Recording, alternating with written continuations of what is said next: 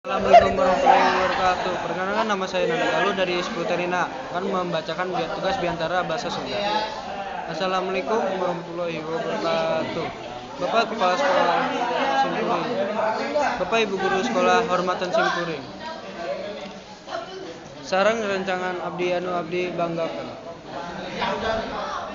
Puji sinan syukur urang sanggakeun ka Allah Subhanahu wa taala anu Maha Ghafur anu karatos mapari nikmat anu teu kaitan shalawat sareng salam urang sanggakeun ka junjungan Nabi Muhammad sallallahu alaihi wasallam anu parantos ngalusurkeun cahaya keimanan ka umat.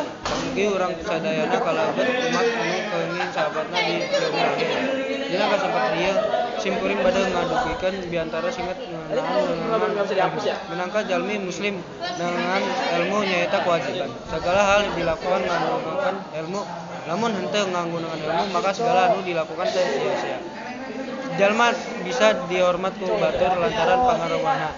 Sakitu nu tiasa abdi ngahaturkeun kakurangan mohon dinapunten. Sagal kasempurnaan milik Allah Subhanahu wa taala. Khairul kalam. Assalamualaikum warahmatullahi wabarakatuh.